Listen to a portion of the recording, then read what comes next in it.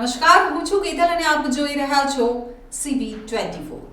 અમદાવાદમાં હવે ઠંડી ઘટવાની સાથે વાયરલ ઇન્ફેક્શન અને સ્વાઇન ફ્લૂના કેસીસમાં ઘટાડો થયો છે, તો સાથે ગરમી વધવાની સાથે પાણીજન્ય રોગોમાં વધારો થવા પામ્યો છે। રાજ્યમાં હવે દિવસે દિવસે ગરમીનો પારો ઉંચકાતો જાય છે, તો શિયાળાની અસર પૂર્ણ થતાં જ રાજ્યભરમાં કમોસમી વરસાદે દસ્તક દીધા બાદ ગરમીની શરૂઆત થતાં રોગચાળામાં પણ વધારો થયો છે। છેલ્લા 15 દિવસથી વાયરલ ઇન્ફેક્શન અને સ્વાઇન ફ્લૂના કેસ વધતા ઘરે ઘરે બીમારી પહોંચી છે।